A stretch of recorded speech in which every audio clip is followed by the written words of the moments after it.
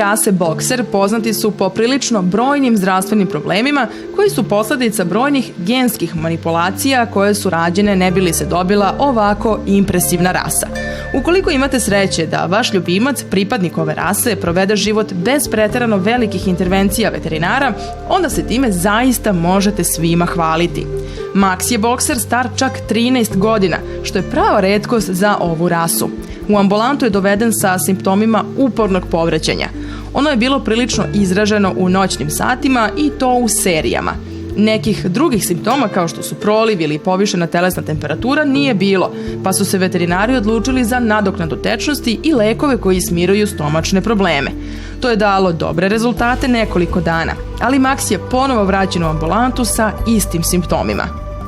Drugi predlog u pitanju diagnostika je bila ili kontrastno snimanje želuca ili prvo da pogledamo ultrazvukom jer digestivni trakt zahteva kombinaciju ove dve metode.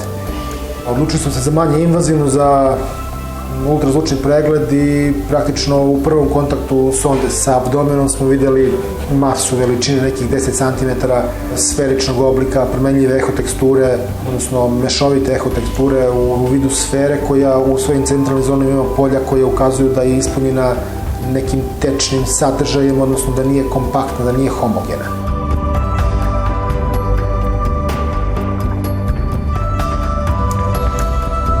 Postojanje ovakve mase u abdomenu zahteva utvrđivanje njenog porekla.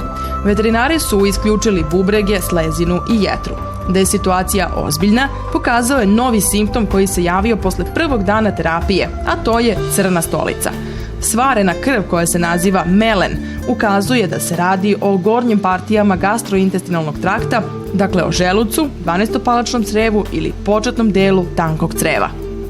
Pripremili smo se da, obzirom na simptomatologiju, može da bude promjena koja komunicira sa lumenom creva, znači da krvari u crevo, i sumnjali smo ili na duodenum ili na želudac ili na početni deo tankog creva. Međutim, svaka promjena u tom delu ponekad zahteva resekciju gde se nalaze i pankreas, gde se nalaze izvodni kanal žučne kese, i onda u tom slučaju možete da se nadate da je promjena locirana na povoljnoj poziciji na želucu gde možete da odstranite deo želuca, ili da je locirana na povoljnoj poziciji duodenuma gde možete čak i duodenum da žrtvujete, odnosno da izvršite anastomozu tankog creva sa želucem i da na neki način omogućite koliko toliko kvalitetnu komunikaciju, odnosno kvalitetan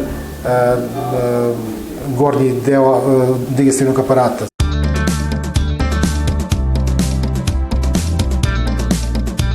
Trebalo je doneti odluku da li da se pristupi hirurškoj intervenciji koja je u Maxovom slučaju nosila dosta rizika. Njegove pozne godine, ali i prilično loše opšte stanje zahtevali su pažljivu pripremu i izvođenje intervencije. Najgore u svemu je što je intervencija mogla da pokaže da se pronađena masa ne može odstraniti i da nema drugog izlaza nego da se pas eutanazira. Ipak, imajući pre svega u vidu činjenicu da nijedna konzervativna terapija nije davala rezultate i da se Max prilično mučio zbog učestalog povraćanja, vlasnici i veterinari su se odlučili na rizičan zahvat. Prilikom pristupa tumoru vidjeli smo da je on sa više slojeva mezenterijuma i priraslica obavijen i tu je bilo problematično, ne znate ni tačno ni gde je pankreas u tim slojevima, odvojiti prvenstveno mezenterijum, podvezati krvne sudove mezenterijuma, a da to nisu krvni sudovi koji kruže praktično po mezenterijumu i snabdevaju drugi organe, znači da to ne bude izvršeno ligiranje krvnih sudova koji vaskularizuju deo želuca, znači bilo je bitno tu izvršiti dobro pozicioniranje same promjene i što je moguće bliže njoj podvezati te krvne sudove da bi se i ostatak cirkulacije kasnije normalno da bi funkcionisao.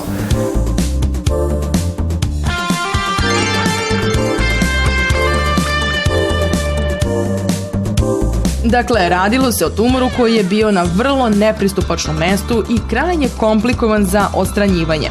Ono što je posebno brinulo veterinara je dužina trajanja intervencije, to jest vreme opšte anestezije u kojoj će Max boraviti. Njegov organizam je bio više nego iscrpljen, pa je i taj faktor uticao na rizičnost intervencije.